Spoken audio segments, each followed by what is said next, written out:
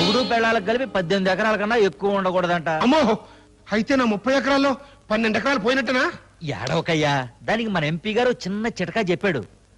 నాకున్న పొలంలో మా చుట్టాల్లో 5 విధవరాళ్ళకి 18 ఎకరాలు చొప్పున రాసేయమన్నాడు. మిగిలిన 90 ఎకరాలు చెరువుతో ఇచ్చేయమన్నాడు. మరి నేను నువ్వేం చేస్తావంటే నీ మిగిలిన పొలం నీ తమ్ముడికి చెల్లెలికి అమ్మేసేయి. సలహా బాగానే ఉందయ్యా, కానీ ఉన్న పొలంగా అంత డబ్బు మేము ఎక్కడి నుంచి తేము అని వాళ్ళు అడిగితేను. నా దగ్గర అప్పు తీసుకోమనవయ్యా, వాళ్ళ దగ్గర నేను వసూలు చేసుకుంటాగా. ఇదేమిట్రా అన్నయ్య, ఉన్న పళంగా 30 ఎకరాలు అమ్మేసి ఊరు వదిలి వెళ్ళిపోతానంటున్నావు? ఏం చేయమంటావు చెల్లమ్మ, నాకు వ్యవసాయం కలిసి రావట్లా, అందుకని. అట్టెందుకు, రాజకీయాల మీద మోస్తూ పట్నం వెళ్తున్నానని చెప్పొచ్చుగా. అట్టాగే అనుకోండి. నువ్వు గాని అమ్మా. ఇదిగో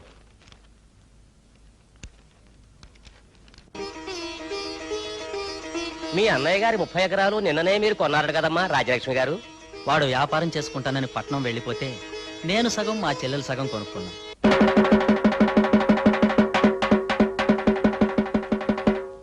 ఇందు మూలంగా 50 మంది ప్రజానీకానికి తెలియజేయందేమనగా కేంద్ర ప్రభుత్వం భూ పరిమితి చట్టం తెచ్చింది. దీని ప్రకారం భార్యాభర్తలు ఇద్దరికి కలిపి 18 ఎకరాల మాగాని గాని 36 ఎకరాల మెట్ట గాని ఉండొచ్చు. మిగతా భూమిని ప్రభుత్వానికి అప్పగించవలసిందిగా 50 మందికి తెలియజేయడం ఏందో. ఎంత మోసం! జగన్ గాడి సంగతి తెలిసే నిన్న మనకు అమ్మేశాడన్నమాట. సొంత చెల్లి తమ్ముడు అని ఆలోచించకుండా ఎంత అన్యాయం చేశాడు. అంటే మీరు కొన్న 30 ఎకరాల మాగాడితో పాటు మీకున్న ఆ పొలం కూడా ప్రభుత్వం తీసేసుకుంటుందన్నమాట.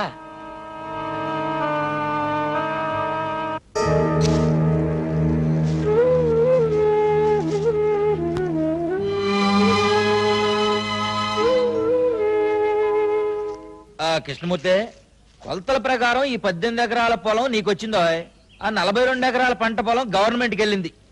నీ బావ దగ్గర నువ్వు పొలం కొనడానికి నా దగ్గర అప్పు తీసుకున్న మొత్తం తీర్చడానికి ఈ 18 ఎకరాల్లో ఇంకొక 8 ఎకరాలు అమ్మాల్సి ఉంటుంది అనుకుంటా.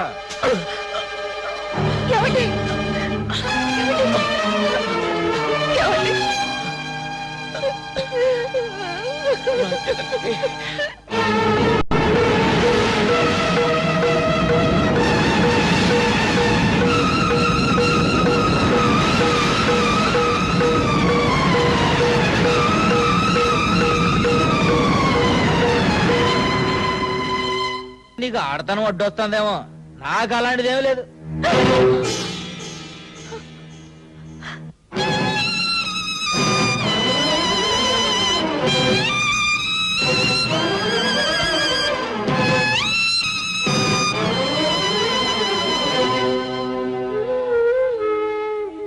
వెళ్ళండి బాబు.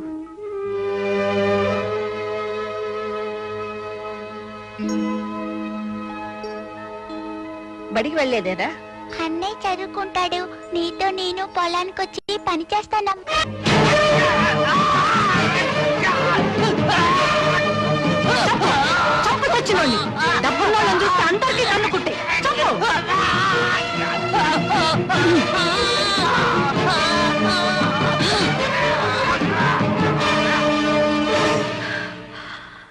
చూడు పేపర్ సుబ్బారావు, నీకు నోరు దోలగా ఉంటే రాజీవ్ గాంధీని ఎవరు ఎట్టా చంపారో చెప్పుకో, విపి సింగ్ ని ఎవరు ఎట్టా దింపారో చెప్పుకో. అంతేగాని నేను దాచుకున్న 200 ఎకరాలు ఎవరెవరి పేరున బినామీగా నడుపుతున్నానో చెబితే అన్నవని కూడా చూడకుండా నీ శవాన్ని కూడా చేపల చెరువులో పారేస్తాను. గల్లీలో లొల్లి మొదలైతే తల్లి చెల్లో. అదేం పిలుపు ఆ పిచ్చవేదవ? అమ్మానో చిన్నమ్మానో పిన్నెనో పిలవలేవు. మా నాన్న మొదటి భార్య నాకేమవుతుంది? తల్లి. ఆవిడకు నువ్వేమవుతావు? చెల్లి. అందుకే నువ్వు నా తల్లి చెల్లి, నా పిచ్చి తల్లి. విషయం ఏమిట్రా? అవును, 18వ రోజు యుద్ధంలో ఓడిపోయిన దుర్యోధన ఫేస్ పెట్టాడు మా నాన్న. ఏడిసావు, సంగతి అంటే ఏడు. అక్కడ కొంపలంటూ పోయాయి. ఎవడి కొంపలు? మన ప్రిస్టేజ్ కొంపలు. తల్లి చెల్లి సర్పంచి, నువ్వు మండలాధ్యక్షుడివి. కానీ ఊళ్ళో వర్షాలు పట్టలేదని శివాజీ, వాడి తల్లి రాజ్యలక్ష్మి గుడి దగ్గర పూజలు చేయించి జనాభాను కొట్టేస్తున్నా.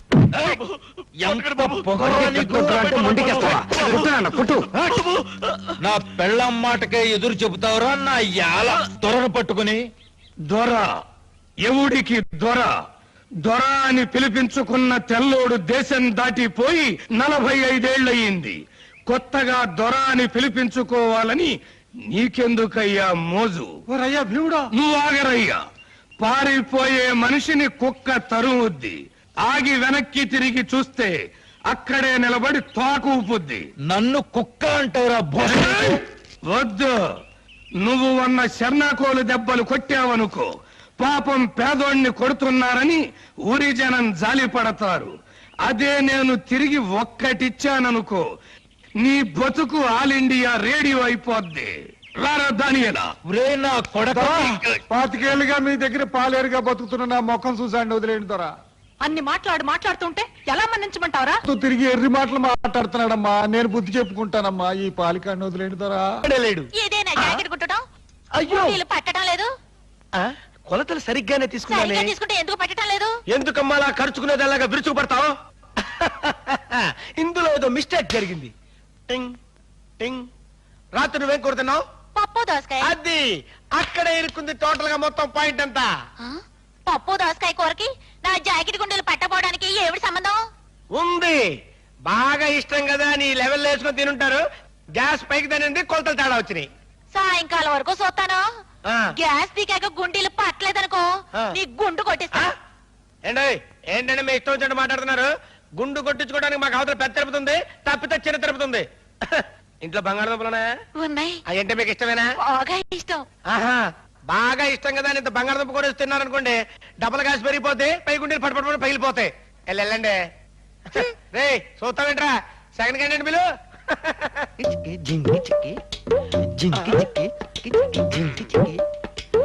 పచ్చగడ్డి మోసే నీ పడుచు పిల్ల, నీ పవిట కొంగు. ఆపో ఆపో, నీ మోపు సంగతి నేను చూసుకుంటాను కదా. ఈ మోపు వేసుకొని 3 కిలోమీటర్లు నడుచుకుంటూ వెళ్తే టౌన్ లో ఈ మోపుకి ఎంత ఇస్తారా నీకు? 5 రూపాయలు. 5 రూపాయలా? ఈ మోపు 5 రూపాయలు అంటే చీపే. ఇదిగా నేను 10 రూపాయలు ఇస్తా, నాకు ఇచ్చేయి. గడ్డి మీరేం చేసుకుంటారు? తింటారా? పక్కేసుకొని పడుకుంటాను. నీకెందుకో ఇసుకలే. సరే. అదా ఎక్కడికి రా నువ్వు? అది దింపడానికి. ఏంట్రా నువ్వు దింపేది? పచ్చగడ్డి 10 రూపాయలకే పడుచు పిల్ల. నేను దింపుతా కదా. అదే ఈ ఎర్ర బుజ్జి పుట్టింది నల్ల ప్యూడు కోసం. ఎవడన్నా చెయ్యెత్తే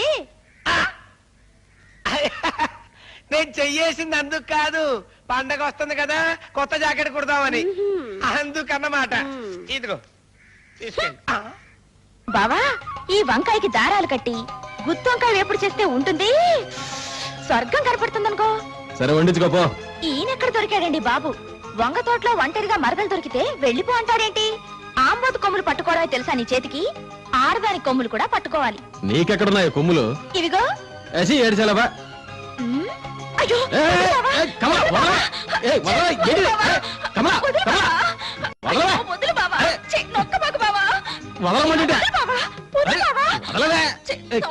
అయ్యో నా కొడుకు నేను చేస్తున్నావే? నేనేం చేయట్లేదు అత్తయ్య.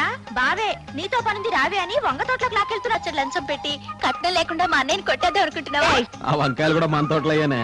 పాపం అదెంతో కష్టపడి వాళ్ళ అమ్మను కూడా దగ్గరకు రానియకుండా, ఒక్క ముక్క కూడా నాకు పెట్టకుండా నీకు తెచ్చి పెడితే ఏమిట్రా మాటలు? వంకాయ కంటే ముందు దాని గుండెకాయ ముదిరిపోతున్నట్టుందన్నయ్య. అమ్మయ్యా, నాలైన అర్థం చేసుకున్నారు, ఇక మీలైన అర్థం చేసుకుంటే మంచిది. అబ్బా ఉప్పు కషం. వంకాయ కూర వండడం కూడా రాని పిల్ల నాకొద్దు బాబోయ్. అబద్ధం, నేను తిని చూసా. చూసావా ఎవరికి పెట్టలేదంది తనే తిందట. శబరి కూడా రావుడికి రుచి చూసే పెట్టినట్లేరా? ఎందుకని అన్నయ్య, శుద్ధ పెళ్లితో పాటు వేళ పెళ్లి కూడా జరిపించడం మంచి. అబ్బా, ఈ చర్యకు అర్థమేమిటి? దింపితే ఈ పలుగు గట్టులో దిగబడ్డట్టే నీ గుండెల్లో కూడా దిగబడుద్దా లేదా అని టెస్టింగ్ చేస్తున్నా. ఇప్పుడే ఊళ్ళోకి వెళ్లి అగ్రవర్ణాల వాళ్ళు పిలుచుకొచ్చి నిన్ను నీ గూడాన్ని చిక్ బొమ్మ అనిపిస్తాం. ఆంబోతుల్ని ఉంచిన చేతులు రా ఇవి. మీలాంటి చీంబోతుల్ని కొట్టడం ఎంతసేపు? ముందు పలుగు వెనక కర్ర. రేప్ చేయడం చాలా తప్పురా బామ్మర్ది. మళ్ళీ లైఫ్ లో నీ జోలికి రాని చెల్లెమ్మా. వస్తానమ్మా, వస్తాను భీముడి గారు. అబ్బా పదరా. టయానికి వచ్చావు బాబు, లేకపోతే కాకులు కూసే ఏలకి ఊరింకో కారం చేడై ఉండేది. ఏం పర్లేదు భీముడు, మళ్ళీ ఆ పిల్ల జోలికి వస్తే గుండెల్లో పొడి చెయ్యి. మా అన్న కలెక్టర్ అవబోతున్నాడు, ఆడే చూసుకుంటాడు.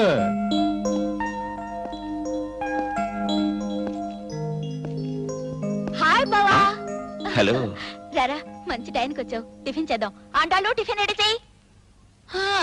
అవునమ్మా, సంపాదించడానికి కొందరు పుడతారు, ఆ తినటానికి ఇంకొందరు పుడతారు. ఏంటి బాబు అట్టా చూస్తున్నావు? 20 ఏళ్ళగా వీళ్ళ అమ్మగారు పోయిన దగ్గర నుంచి ఇంటిని వీళ్ళ నాన్నగారిని కనిపెట్టుకుని ఉంటున్నాను. అర్థమైందిలే బాబు. ఏమిటి ఈ పిగరేలా మాట్లాడుతుందనా? అబ్బో, అప్పట్లో ఈ పిగరే వేరు. వంట మనిషిగా వచ్చి ఇంటి మనిషినైందాన్ని.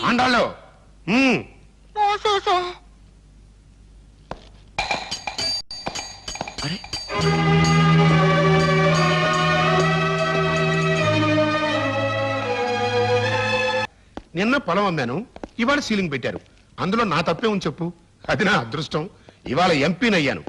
డబ్బెట్టి కొనుక్కున్నావు అన్నారు అనుకోని, కానీ అది నా అదృష్టమే కదా. డాడీ, ముందు బావని టిఫిన్ చేయని. అలాగేనమ్మా, చేతులు కడుక్కురారా. చూడమ్మా, అయిన వాడికి అన్నం పెట్టచ్చు కానీ కటిక దరిద్రుడికి కాళ్ళు కడిగి కన్యాదానం చేయకూడదు. గుర్తుంచుకో. ఏమండి, కన్యాదానానికి పేట్ల మీద మీ పక్కన ఎవరు కూర్చుంటారండి? మావయ్య, ఐఏఎస్ పూర్తి కాగానే మన జిల్లాలోనే పోస్టింగ్ వచ్చేట్టు నువ్వే చూడాలి మావయ్య, ప్లీజ్. అశోక్, ప్రాధేయపడ్డ వాడికి ఎప్పుడు అన్యాయం చేయడరా పొలిటికల్ లీడరు. ముందు నువ్వు కష్టపడి పాస్ అవ్వ చెప్తాను. థ్యాంక్స్ మావయ్య. పదండి టిఫిన్ చేద్దాం. ఏంటలా పిచ్చి మొహం చూస్తావు సన్నాసి? నీకు చెప్పి చెప్పి నానూరు పడిపోయింది. ఇప్పుడు నేను తయారు చేస్తాను చూడు, బ్రహ్మాండంగా కుట్టేది పెడతాడు. ఏంటి నా పంట కొట్టడం? ఆడపిల్లల బట్టలు ఎలాగైనా కుట్టేది. ఈ జాకెట్ కుట్టింది నువ్వేనా?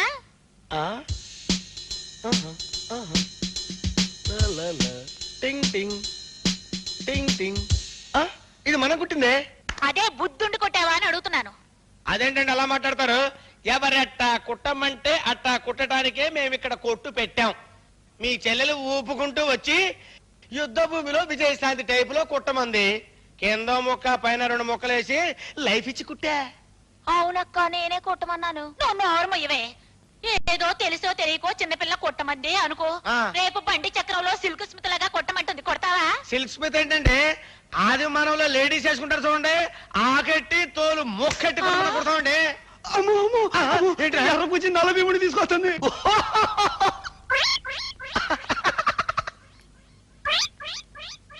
వీడేనా? వీడే. నీకు ఆవుందా? గేదుందా? దున్నుందా? లేదండి. ఎద్దుందా? లేదండి. ఆబోతుందా? లేదు బాబోయ్. గడ్డి తినే అలవాటు ఉందా? లేదండి. మరెందుకు కొంటున్నావు గడ్డి? గురూజీ, మీ చెయ్యి ఉందండి, పులి పంజా ఉన్నట్టుందండి. అసలు మీ ఫేస్ కి మీ పొగరికి ఈ డ్రెస్ కుట్టిన ఎదవెవడండి? ఫస్ట్ క్లాస్ అయిన పులి చర్మం తీసుకొచ్చి మీకు ఏ క్లాస్ డ్రెస్ కుడతానండి. దాని గోళ్లతోటి మీకు బటన్స్ గుండెలు కుడతానండి. నేను అడిగింది దాని దగ్గర గడ్డెందుకు కొన్నావు అని. వస్తున్నానండి, వస్తున్నాను. ఇప్పుడు ఆ విషయానికి వద్దామని. ఆహా గురుజీ, ఈ మేసమేంటి గురుజీ? కోర మీసాల నా రాజా, నా రవ్వల రాజా, నా లగముకి కోజా. ఆహా, మీసాల మీద నిమ్మకాయలు నిలబెడతారని విన్నాను కానీ మీ మీసాల మీద దబ్బకాయలు నిలబెట్టండి. రే దబ్బకాయలు తీసుకురా, దబ్బకాయలు. నేను అడిగింది దాని దగ్గర గడ్డెందుకు కొంటున్నావు అని. అయ్యే బాబోయ్, మీరు ఆ గడ్డి విషయం మర్చిపోరా అండి? మర్చిపోతాను, కానీ నువ్వు ఇలాంటి చండాలు పనులు చేయడం మర్చిపోకపోతే ఇక్కడ నీ కొట్టు ఉండదు, కుట్టు మిషను ఉండదు.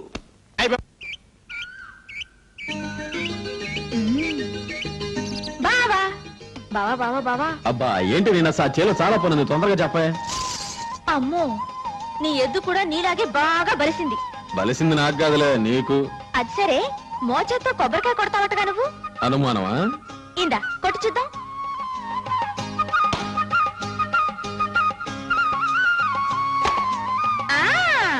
కుళ్ళిపోయిన కొబ్బరికాయ పగల కొట్టడం కాదు, ఈ కర్రీర కొట్టు చూద్దాం. నేను పట్టుకుంటా, నువ్వు కొట్టాలి. సరే.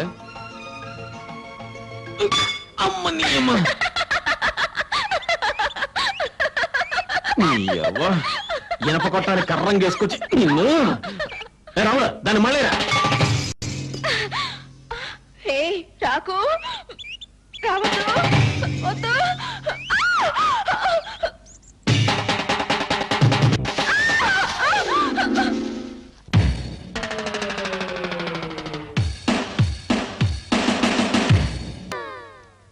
పచారీ కొట్టులో కిలో 21 రూపాయలకు అమ్ముతున్నారు. కల్లాల మీద 14 రూపాయలు ఇస్తామంటే ఏ రైతు అమ్మం పమ్మంటున్నాడు. ముఖం మీద కొట్టినట్టు చెప్తున్నారు. అయితే ఈ జిల్లాలో ఉన్న వ్యాపారస్తులు అందరితో మాట్లాడి సడన్ గా రేపటి నుంచే కిలో 8 రూపాయలు చొప్పున అమ్మమను. మరి నష్టం? ఒక్కరోజు అమ్మమనవయ్యా, ఆ నష్టం మనం ఇచ్చేద్దాం. 2వ రోజు నుంచి స్టాక్ లేదని చెప్పమను. ఆ దెబ్బతో రైతులు బేజారెత్తిపోయి మొత్తం అమ్మేస్తారు. వారం రోజులు పోయాక 21 రూపాయకి అమ్ముకోవచ్చు. భలే ఐడియా చెప్పావయ్యా. శివరామయ్య, మనమే మిరపకాయల కాలం దగ్గరకు వచ్చేస్తాం. శివాజీ, మీ అన్నయ్య చదువు కోసం 10,000, పొలం ఖర్చుల కోసం 10,000 దుర్యోధన్ రావు దగ్గర అప్పు చేశానురా. అది తీరవాలిగా. రేటు పడిపోతే ఇల్లు అమ్మి అప్పు తీర్చాలిరా. కానివ్వండి. తెలివిగా వెళ్ళాను కానివ్వండిరా. సరిగ్గా 24,972 రూపాయలు 10 పైసలు. ఇందమ్మా పైక. మళ్ళీ చేతులు మారటం ఎందుకులే అమ్మా. నాకు ఇవ్వవలసిన 20,000 వడ్డీతో కలిపి 24,972 రూపాయలు అయింది. ఇదిగో నోటు. మిగిలిన ఈ 10 పైసలు మీకు, ఇది నాకు.